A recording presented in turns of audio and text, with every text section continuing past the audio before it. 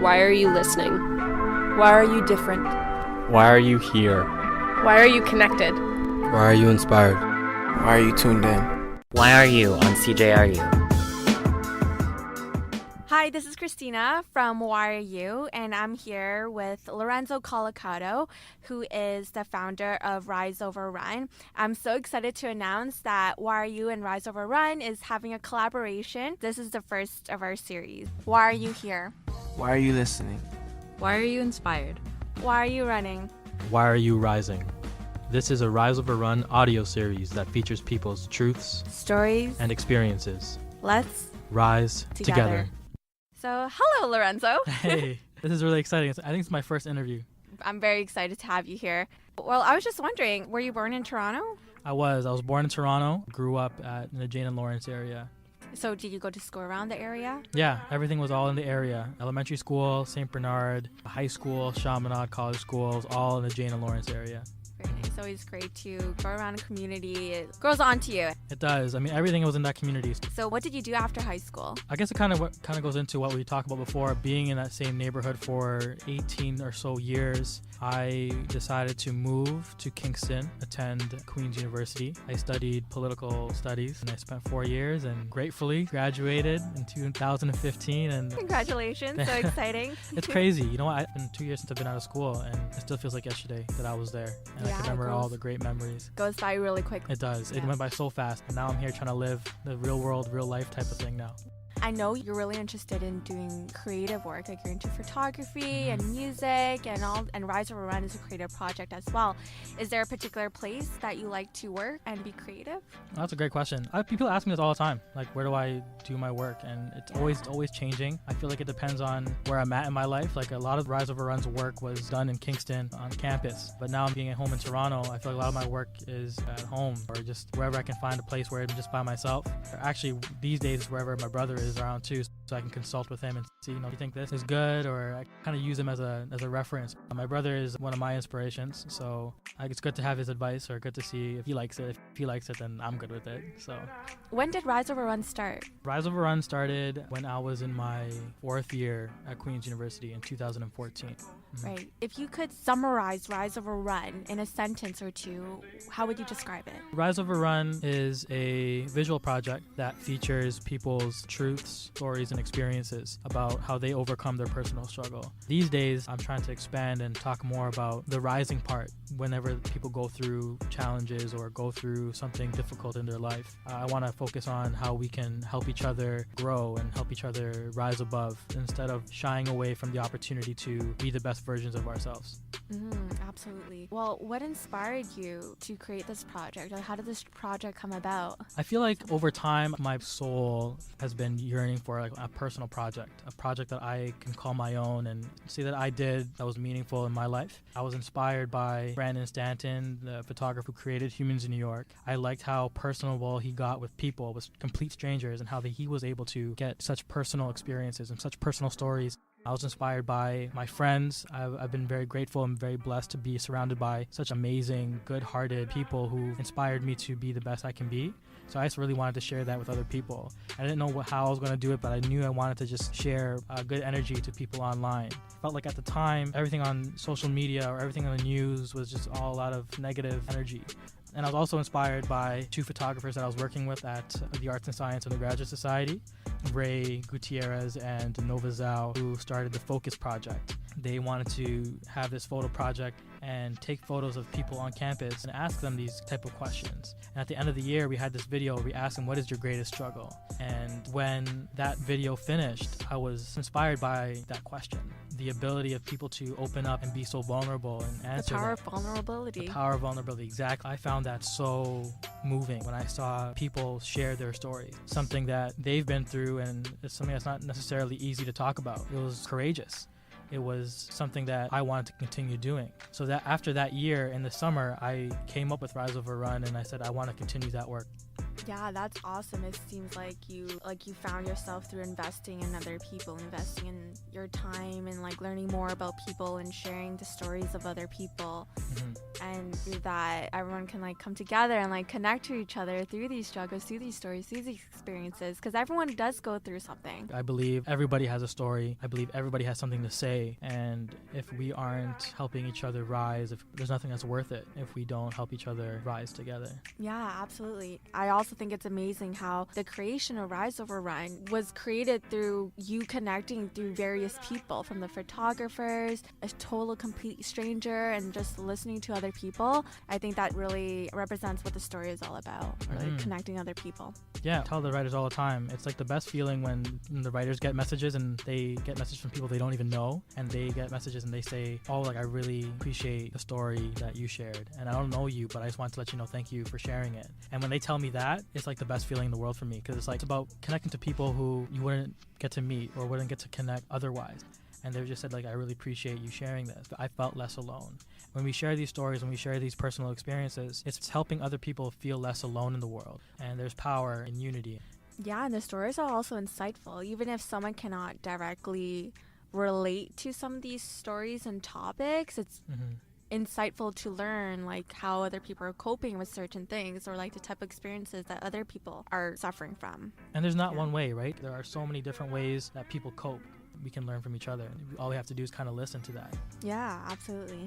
Well, what is the meaning behind Rise Over Run? I was reading Malcolm Gladwell's The Outliers, Stories of Success. There was this chapter about how people good at math spend time on the equations, and I wasn't particularly good at math, and I kind of related to that, and they were describing like the equation of a line, y equals mx plus b, and read Rise Over Run. I was just, something clicked. I don't know what happened. Something clicked. I'm like, wow, Rise Over Run? Like, I wish I could make that mean something other than a math equation. I wanted Rise Over Run to be this statement where I remind myself, I can remind other people that when we can rise and overcome, instead of run away from our struggles, we can be better people. After looking at your blog, I see that you have some photos associated with the written stories. So there's photos along with some quotes that stand out. What are the meanings behind those photos? Like, why did you decide to take photos, and why is it in black and white scale? This project, taking photos of people, humanizes the words that they wrote. And I wanted to do it black and white because I felt like that style evoked emotion.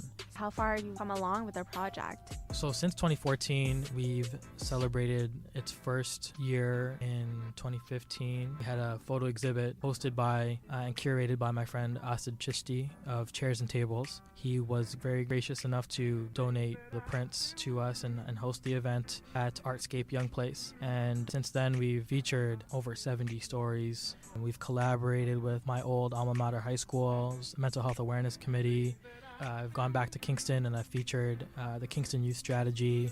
I'm still looking for new collaborations and new ways to grow visually, so not just with photography, with other videographers and going into that type of visual medium. And here, even today, with the audio. So we've done a lot since 2014, and I always feel like we can always do more. Energy and potential that I feel like we can reach. And it's going to take some time, and I like that. I like that I'm enjoying the process more than just the outcomes. I feel like with other people, they help me understand it better, and they may find a perspective that I never even thought of about it, and how one way or another, it's going to just keep getting better and better. There's so many things I want to do with Rise Over Run, and it's been good. Another question, where do you see this project going? I really want to focus on empowering youth. My background with work and the experiences I've had growing up, I've always believed in the power of youth and young people and young voices. And when we can support those communities, we can reach unlimited potential. You know, like, I think that would be a really cool thing to do one day with Rise Over Run. I'm looking forward to seeing what's to come. Me Super too. exciting just hearing all this. Me It's too. very exciting. Well, what are some challenges that you've come across? I always feel like I'm like the biggest barrier to Rise Over Run's growth sometimes. As interesting as that sounds. That's very interesting. Yeah, why do you think that? Over the couple years, like, I would say, like, I lack consistency to post content, but that kind of hurts Rise Over Run in a way, because in an era where things need to come out every so often, I feel like I'm in the barrier between that and Rise Over Run's growth. And I could be being really hard on myself. Really, all I need to do is just take the step. If it doesn't work, it doesn't work, but I think it's valuable if I can just, like, do it instead of just overthinking about it all the time. I don't think I've ever shared this with anybody, but Rise Over Run, I say like kind of saved my life a bit because of the places that I've been to within myself and in my life postgraduate university stuff. I feel like I've had times where I've not been inspired, or I don't feel like taking photos, or I don't feel like talking to people or getting stories or reaching out to people. I get lost in myself, within myself as an artist. And with Rise Over Run, it kind of redirected me back. When I can invest myself in my art and in my project for other people, I find fulfillment. It's more than me.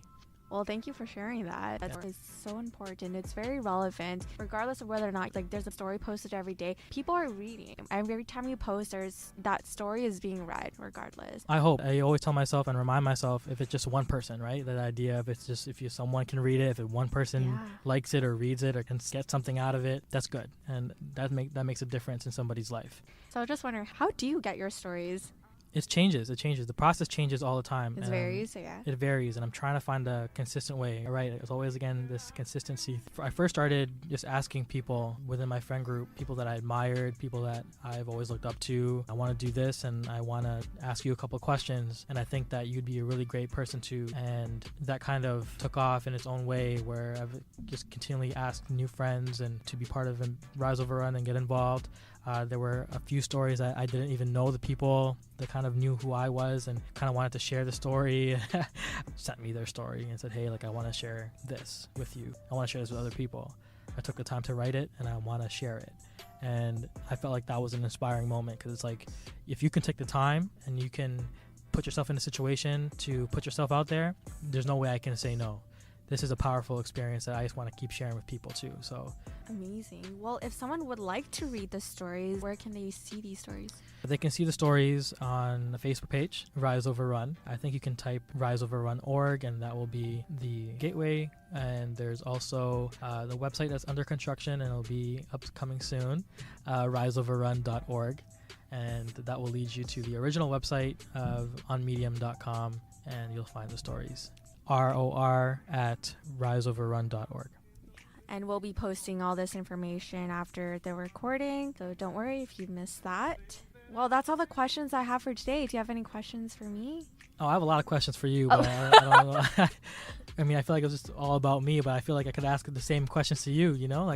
Well, this show's all about our collaboration, and Rise Over Run is this new gem that's coming into our studio, and it's super exciting. No, I'm super grateful. Thank you so much for allowing me the time to speak and talk about myself for a little bit and Rise Over Run. You know, I think YRU and the Provincial Advocate for Youth is doing some great work.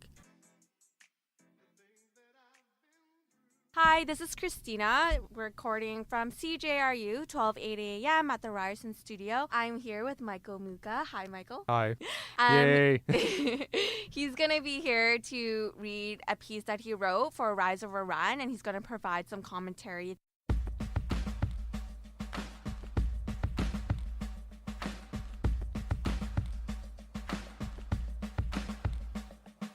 The monster that is self-doubt is an enemy that is nearly unbeatable, since it is fed by the inner madness of the mind. A constant input of negative thought, fueled by life's hardships and the struggle to find one's space in the world, only makes self-doubt that much more detrimental to personal success and societal contribution. Someone who lives each day constantly fighting this inner battle is easily exhausted and can lack the necessary energy to pursue his or her passions with the determination required to fulfill dreams. To truly have one's light shine as it should, it must be understood that every human being has greatness within them and the capacity to cement a meaningful legacy. I am someone who suffers from self-doubt, and I've truly felt the cold iron grip that it secures upon my mind and will in recent years. This plague of negativity and lack of confidence manifested itself from periods within my life that caused me to question my capability to accomplish my goals.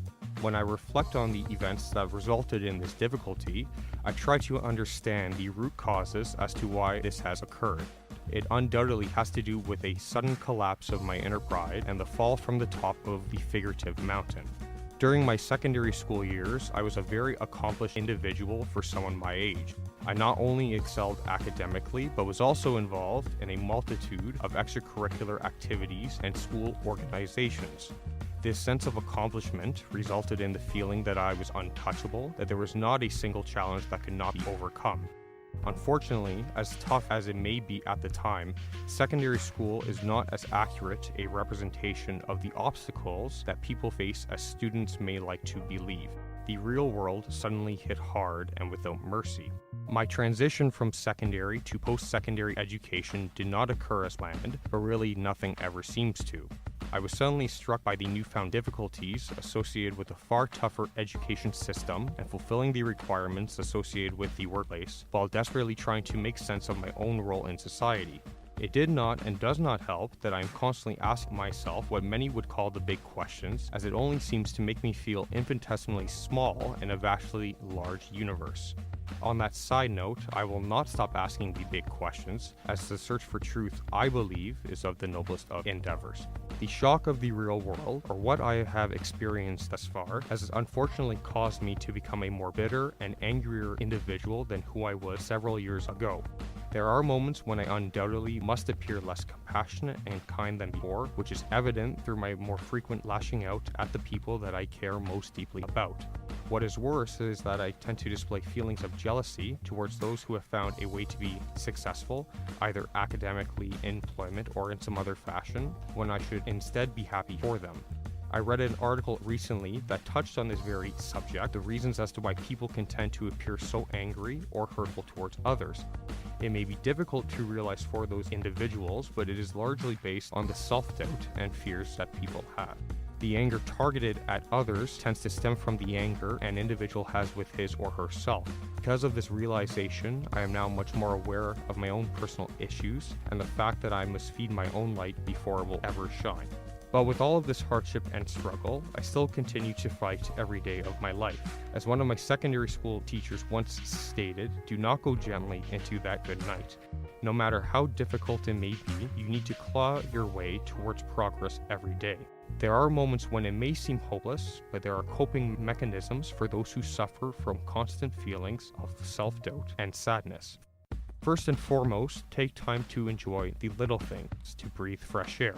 Whether it is the commute to and from work, the walk between classes with your friends, or the bright sunlight that warms your face, be sure to let the earth fill you with appreciation for its beauty. It conveys the message to you that life is worth living, and there are beautiful moments even within the toughest experiences.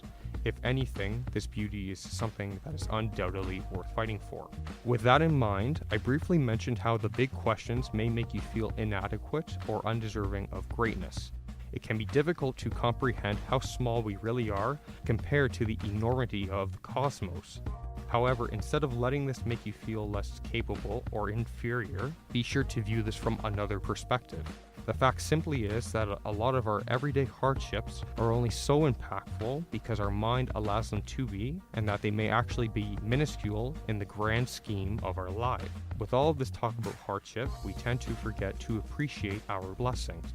Self-doubt makes it hard to remember how fortunate I really am and how my pain may actually be viewed as another person's desired way of life. When you remember to look at the gifts that you have been given, each day suddenly becomes brighter than what it once was. I have thus far not mentioned the greatest driving force for me to continue onwards in life, to keep gritting my teeth as I struggle with the challenges that hit me head on. This driving force, this power that fills me with an incomparable will to live, is the capacity to dream. I cannot emphasize enough the vitality of finding what you love and letting it fill you with a fierceness that makes you incapable of giving up. It is also essential that you understand your own limitations. Unfortunately, when we begin to realize what our limitations are, we tend to let this strengthen our self-doubt and destroy the confidence that we so desperately try to build. Limitations should not be hazardous to long-term goals, as they should instead be viewed as short-term challenges. These boundaries to our goals are only temporary, and they can be overcome with dedication and the desire to actively develop one's skills and abilities. In order to do so, however, in order to truly overcome self-doubt on your journey to greatness, the goals you want to achieve must be your be-all and end-all. You need to truly love what you do to really believe that these dreams are worth fulfilling. One major challenge is to understand that traumatizing events are only temporary. As I have heard many times throughout recent years, one bad chapter does not define your story, and it most certainly should not. Negativity affects everyone. It is an unavoidable and unfortunate aspect of life. Those who are able to adapt, to push negativity aside, are those who taste the glory of real accomplishment. They realize that the only real obstacle in their path is themselves. The greatest weight upon your shoulders as you climb up the figurative mountain is the force that is your own self-doubt. Only when you are able to shrug this off your shoulders are you able to seize your limitless potential. This relates back to how I mentioned the importance of dreams, the goals that make everything worthwhile. Self-doubt can be so powerful that it can cause human beings to feel as if they do not deserve to dream, as if they are inferior to others with more realistic aspirations, quote unquote. This simply must not happen. Every new day needs to see your dreams become reality, no matter how slow that progress may be. It is your choice to define a goal as quote-unquote realistic. Those who do not strive for development of either his or herself and or the rest of humanity only exist. They fail to live. I encourage you to not fight your desire to seize your passions. No one can take them away from you unless you let them. The capacity to dream is what I believe to be the real quote-unquote cure to self-doubt, the quality of every human being that allows him or her to obtain greatness. It is ingrained in our DNA, an aspect of the human experience that we should gladly embrace.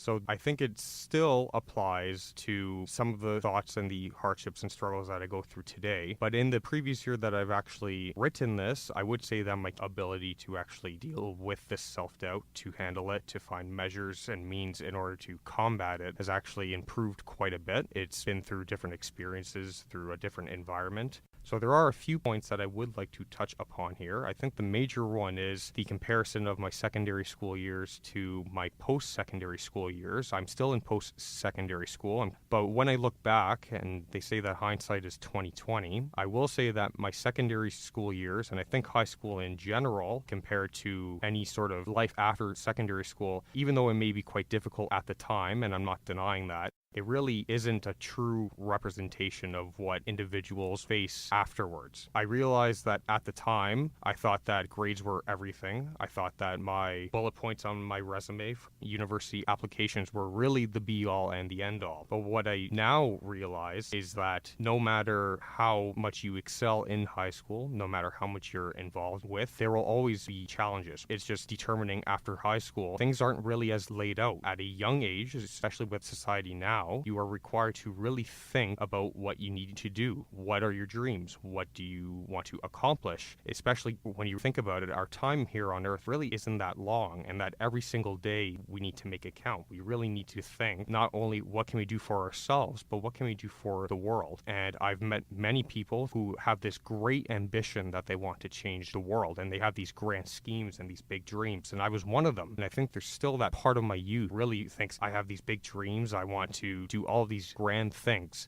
But one thing that I find that people at that age learn this big dreams start with small steps. You can't move the mountain without moving the small rocks first. You can't run the mile without crawling, without walking first. And really from that, as you start to do those small steps, you start to contribute in small ways, you can see what big an impact you can actually have on humanity and what you can do for yourself. I find that there is a common theme of self-doubt in people who constantly ask themselves the big questions. Is this universe real? What is the meaning of life? What is our role? These big questions, though I think that they are so important to actually think about, is so important. Some people let a negative impact on the way people think, because then they start to think, well, then what's the point of all of this? Why do we live? Why do we let society run the way that it runs?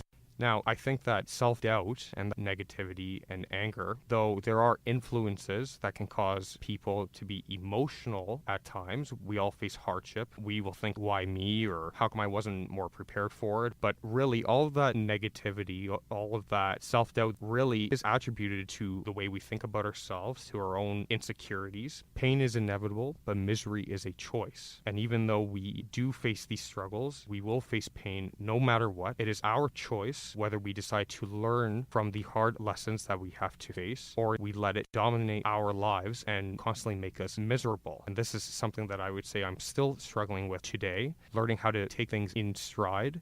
This is something that can make me a stronger person. This is something that could teach me to handle challenges better. But on top of that, I would say even the most positive of people, they for sure have negative thoughts as well. But the reason why they are positive is because they take those things in stride. They don't let those negative thoughts hurt them or the way that they look at life. And if they do, they take the time to understand what they're going through, how they can solve these problems, and where they can improve. In the past year, I have truly learned how valuable taking the time to enjoy the little things really is, or at least taking the time to do things that you enjoy outside of the regular routine. And really, some of these things, and I'll quickly mention, are things like going to the gym. It's a great stress reliever, helps me get a lot of anger out, a lot of frustrations out, helps build my confidence, helps make me feel better about myself, knowing that I'm constantly improving. Another thing that I've actually taken up recently is taking lessons for music, so learning how to play the alto saxophone. There's a saying, I think it's called smooth jazz for the soul. I find that when you play music, and I am a beginner, I'm just starting to learn, it really helps you just focus on that one task. One thing that I still struggle with is that even though I have this specific dream, I let other things get in the way. I'm not able to focus on that one thought or that one goal or that one dream. But when I play music, the focus is only on that. It's only on me being one with the instrument and really just to enjoy myself. So I think taking the time to enjoy the little things, to pursuing your hobbies, really does help. Even smaller things like breathing fresh air, it all helps you find the positivity in life, even in that moment, just to have less self-doubt about your role in the world, about your place in the world, and what you can do for the world. No matter what you're going through, simply take time to appreciate what you have, whether you think it's small or large. Really take the time to be grateful for the loved ones in your life, for the opportunities that you have, whether it's being able to go to school or having the opportunity to, even though you may be challenged, how that challenge can help you make a better person. And this, I will admit, even though I wrote it here, this is still something that I struggle with to this day. Don't always think or live in the past, and don't always worry about the future. Think about the now. It could be a lot worse. You could have a lot less. And the fact that you have what you have is a blessing. When I say that you need to think about what your limitations are, those limitations you will realize are only temporary. Self-improvement is a constant journey. Self-improvement is endless. You will realize that I have that passion, I have that will, I have that fierceness because I truly want to achieve this dream. And suddenly the limitations that you think that are preventing you from achieving these dreams really are only temporary. I had challenges in the past. I overcame them because I believed in myself. I have challenges now, and I know that with hard work, I can overcome these now too. Realizing what your dreams are, letting it empower you, is what will help you overcome that self-doubt.